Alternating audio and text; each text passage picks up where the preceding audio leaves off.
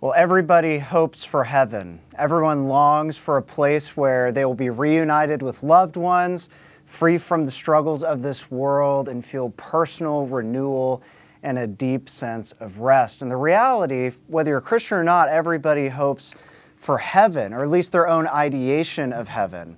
And you see, that's actually one of the big problems that we face today, is that everybody hopes for their own idea of what heaven truly looks like. So today we're going to be seeing in our text what it is the Bible teaches about heaven, so that way, as resurrection people, we can truly be hoping for the heaven that Scripture gives to us. And so we're going to see in our text three different aspects of this heaven that we hope for. The first is its characteristics, secondly, its company, and then thirdly, we'll see the confidence that heaven can provide for us. So let's turn now to our scripture passage, Revelation 21, verses 1 through 8. Hear now the word of the Lord. Then I saw a new heaven and a new earth, for the first heaven and the first earth had passed away, and there was no longer any sea. I saw the holy city, the new Jerusalem, coming down out of heaven from God, prepared as a bride, beautifully dressed for her husband. And I heard a loud voice from the throne saying, "Look, God's dwelling place is now among the people, and he will dwell with them. They will be his people, and God himself will be with them and be their God.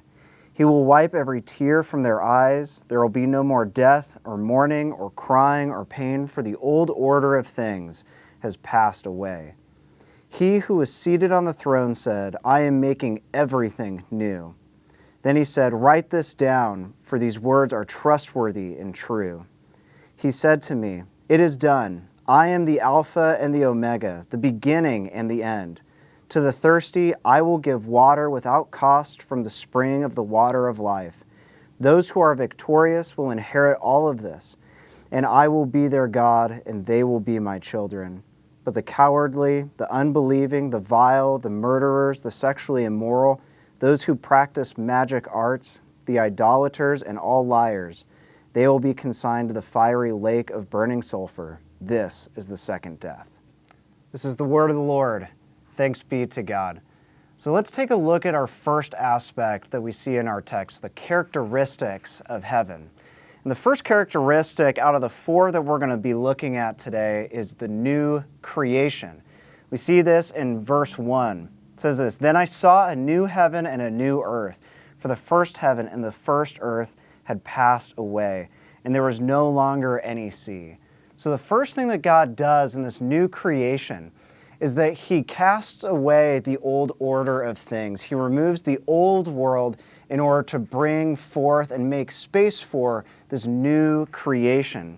London businessman Lindsay Clegg tells a story of a warehouse that he owned that he was trying to sell.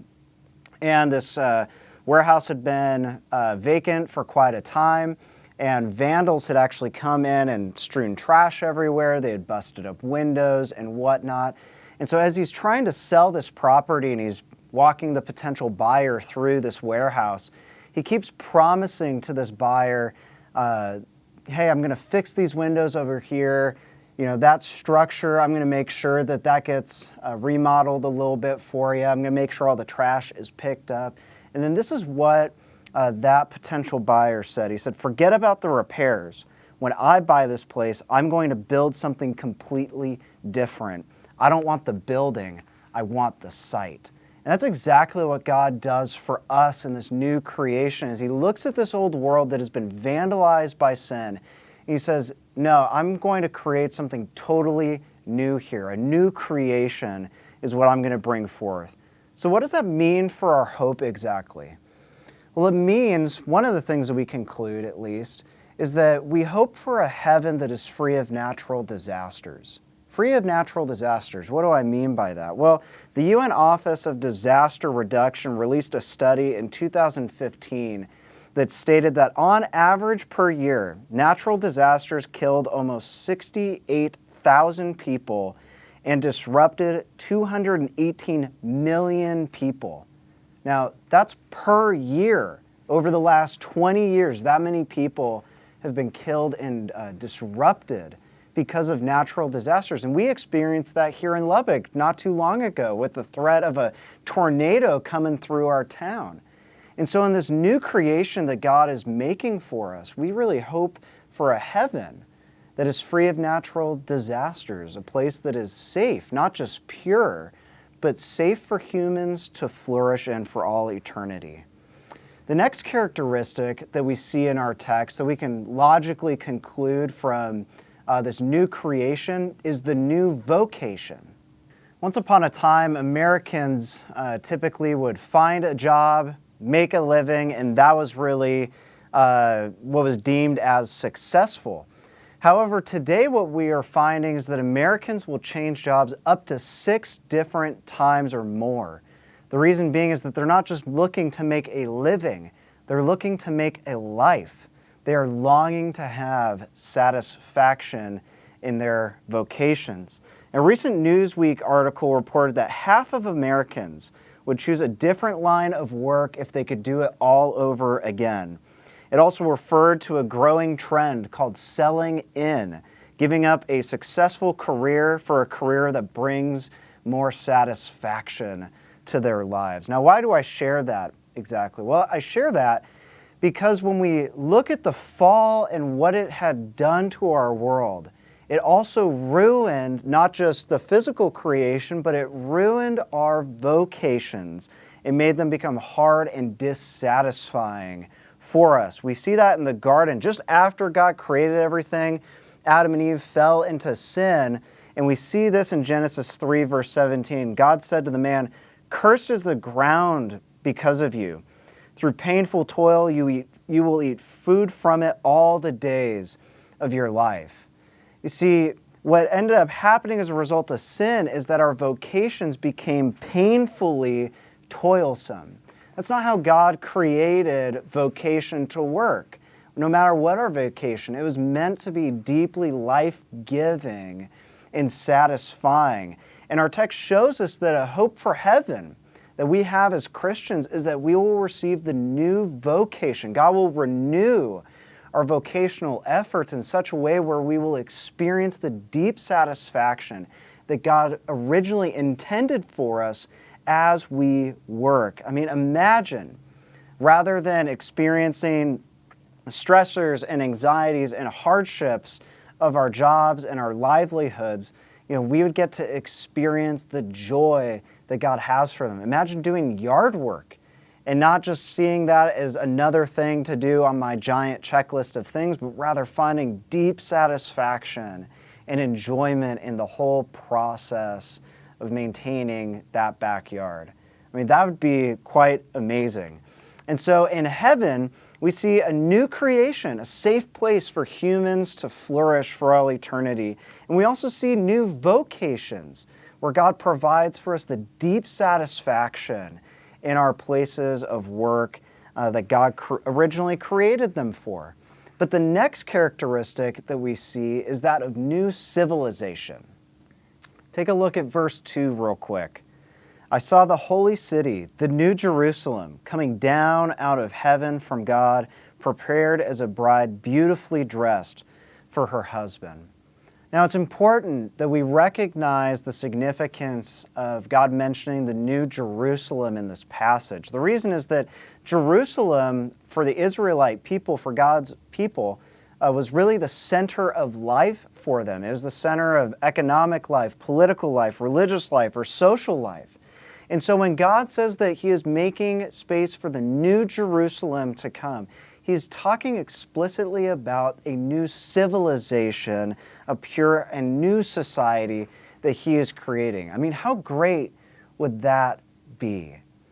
Listen to this. A Wall Street Journal editor, Robert Bartley, observed that if America is to decline, it will not be because of military overstretch, nor the trade balance, or even the federal deficit. If a decline is underway, it's a moral one. And former Education Secretary William Bennett also said this concerning that. He saw evidence, of a moral decline in society. Back in the 1940s, in public school, the biggest disciplinary issues were kids running in the hallways, chewing gum, and talking in class. But listen to this. He says that today's disciplinary concerns are robbery, assault, alcohol, drugs, teen pregnancy, and all the more. If we turn the economy around, have full employment, live in cities of alabaster and gold, and this is what our children are doing to each other, then we still have failed them. You see, no matter what we do economically, no matter what we do politically or socially or whatever, the reality is we can't fix our society. We can't fix our civilization because it's not just something that a program can fix. It's something that only God can fix. And so we hope for a heaven where God renews us and our relationships with one another in such a way where a new civilization is created. That means that love thy neighbor won't just be an ideal of ours, but it will actually be the reality of everyday life. We'll no longer be divided over our social status, economic status, our skin color, our culture, or ethnicity, or politics, or even what college team we might root for. But rather, we are given a new civilization. And it's a civilization that only God could make. Even our greatest and wildest imaginations would never be able to encapsulate and comprehend how great of a civilization the New Jerusalem will be. And so we hope for a heaven that's characterized by new creation, new vocation, and also new civilization. But the last characteristic, which is also the most important characteristic of the heaven that we hope for, brings us to our second point, which is the company of heaven. I say it's the most important characteristic because we hope for a heaven with its company at the center. Look at verse 3 real quick. And I heard a loud voice from the throne saying, "Look, God's dwelling place is now among the people, and he will dwell with them." God's dwelling place, our company of heaven, God himself, he will make his home with us in that place. And it's for all those who believe in Jesus Christ. And so here's the deal. If we hope for heaven, and God is not at the center of it, then we are very likely hoping for something that very well could be the opposite of heaven. Because you see, the greatest prize for a Christian is that we've been brought into a relationship with God himself. And there are two implications of this that I want to draw to our attention as we see God at the center of heaven. And the first is that we will be devoted to God. We see this at the very end of verse 3. It says, "He will dwell with them, they will be his people." And that's referring to the reality that God is going to fully transform our hearts so that way we might be fully devoted to him. There's a story of a man who lived in a rural town who developed a very severe skin rash, and as a result, he went to be examined by a doctor. And after the usual history taking and a few different medical procedures, the physician advised his patient that he would have to get rid of his dog who was causing the allergic reaction the man was experiencing. As the man was preparing to leave the office, the doctor asked him, just out of curiosity, if he was planning to sell the dog or give it away. And the patient replied, "Neither one. I'm going to get me one of them second opinions I've been reading about. It's a lot easier to find a doctor than it is to find a good bird dog." Talk about being how we can be devoted to our animals, per se. But God is going to renew our hearts in the new heavens and new earth in such a way where we will be fully devoted to him. As resurrection people, we hope for a heaven where God is going to eliminate our desires for sin and our temptation to sin. I mean, how many of us have struggled or been enslaved by some sinful habit in our lives, and we've prayed to God to free us from it because we know how badly it impacts our relationship with him, and yet we keep falling into that bad habit. Or how many of us have been in the place where we pray things like, "God, I really want to want you right now, but I'm just so apathetic. I mean, imagine a world where our temptation and desire for sin will be totally eliminated. We're not going to long to be prideful or have greed, and we won't have lusts or selfishness or apathy. And we won't just want God. We will actually want Him the way that He has designed us to long for Him and be totally fulfilled in Him. And so we'll be totally devoted to Him. And that's an amazing reality that we have of heaven. But there's a second aspect to this company that we find at the center of heaven, and that's that God will be totally devoted to us. Now, what do I mean by that exactly? Well, we already know that God is fully devoted to us because of what He's already done for us in Jesus Christ. At the cross, we see God's full devotion to us, devotion so much so that He died to save us. But what I mean when I say that God is fully devoted to us in the new heavens and new earth is that His redemption will be absolutely complete of us. It's not just that our souls have been saved through His redemption, but it's that our whole being is now made whole. Look at verse 4. It says, "They will be His people, and God Himself will be with them and will be their God. He will wipe every tear from their eyes. There will be no more death or mourning or crying or pain, for the old order of things has passed away." You see, because of sin, this world that we live in, we endure and have to sustain scars. I know that I've shared this in the past before, so I apologize, but about 3 years ago, my wife Cassie and I moved here, and almost at the exact same time, we found out that she was pregnant with our first child. And we were elated to find out that news after we just moved here with a new call to ministry, a new city, and feeling slightly overwhelmed by it all. But we were devastated when we found out just a month later that her body had miscarried the baby. And that's what I'm talking about.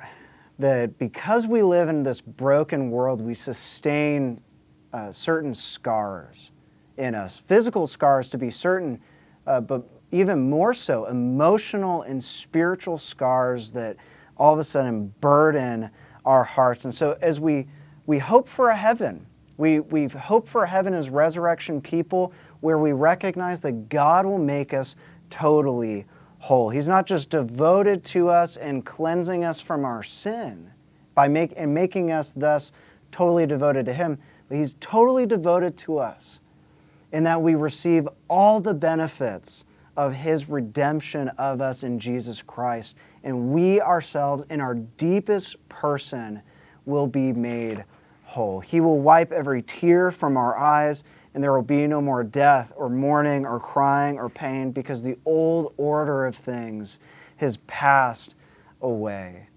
Brothers and sisters, God is creating and going to create a heaven that your mind cannot even begin to imagine, a world that is characterized by new creation, vocation, and civilization. And we have the best of company at its center, which is God Himself, the very person that our whole lives hope for and long for. And that's the heaven that we hope for as resurrection people. But here's the tension. What exactly does our hope for heaven provide for us in the here and now? That's the question that we have to ask, because when we look around at life, we still live in a broken world. We still live in a world that is marred by natural disasters and storms, and our vocations are still laborious and strenuous and painful, and people still hate each other. We don't live in a perfect civilization, and we're still struggling against sin, and we still bear the burdens of our physical and emotional scars that we sustain in this life. So as resurrection people who hope for heaven, how does that help us today? It helps us as we recognize the confidence of heaven. Listen to verse 5 through 8. It says this: "He who is seated on the throne said, I am making everything new." And then he said, "Write this down, for these words are trustworthy and true." He said to me, "It is done. I am the Alpha and the Omega, the beginning and the end. To the thirsty, I will give water without cost from the spring of the water of life. Those who are victorious will inherit all of this, and I will be their God, and they will be my children. But the cowardly, the unbelieving, the vile, the murderers, the sexually immoral, those who practice magical arts, the idolaters, and all liars, they will be consigned to the fiery lake of burning sulfur. And this is the second death." And so what we find in this passage is that the confidence of heaven that God provides for us is that he gives us the spiritual resources to help us live faithfully to the end. One winter when Roman Emperor Licinius was persecuting Christians, his thundering legion was stationed at Sebaste. And because 40 men in that company professed to be believers, he sentenced them to spend the night out on a frozen pool in the dead of winter, totally exposed to the elements. And so they were sentenced out there, and there was a house nearby where a burning fire was lit and where food and a hot bath was prepared for any who would renounce their faith. And as daylight faded, 40 warriors continued to resist in spite of the bitter cold. Some walking quickly to and fro, others who were already sleeping, the sleep that unfortunately leads to death, and others were just totally lost in prayer. But the company together was praying this prayer. They said, "O Lord, 40 wrestlers have come forth to fight for thee. Grant that 40 wrestlers may gain the victory." And finally, one of them couldn't endure the cold any longer, and they renounced their faith and walked into the house where Sempronius and his guards were. But the petition still went up. "O Lord, 40 wrestlers who've come forth to fight for thee, grant that 40 wrestlers may gain the victory." And their prayers were answered. Sempronius, who was the centurion, the leader of that company, whose guards were in the house, was admiring the bravery of these soldiers. And through the power of the Spirit, he was moved to become a Christian. And so by declaring himself a Christian, he went to the frozen pond and took the place of the one defector. When the night was over, 40 glorious spirits, Sempronius included, entered into the very presence of Christ. You see, knowing what heaven we hope for helps us to live faithfully to Jesus to the very end, even when it is costly. And we see that specifically in our passage in verse 7. "Those who are victorious will inherit all of this, and I will be their God, and they will be my children."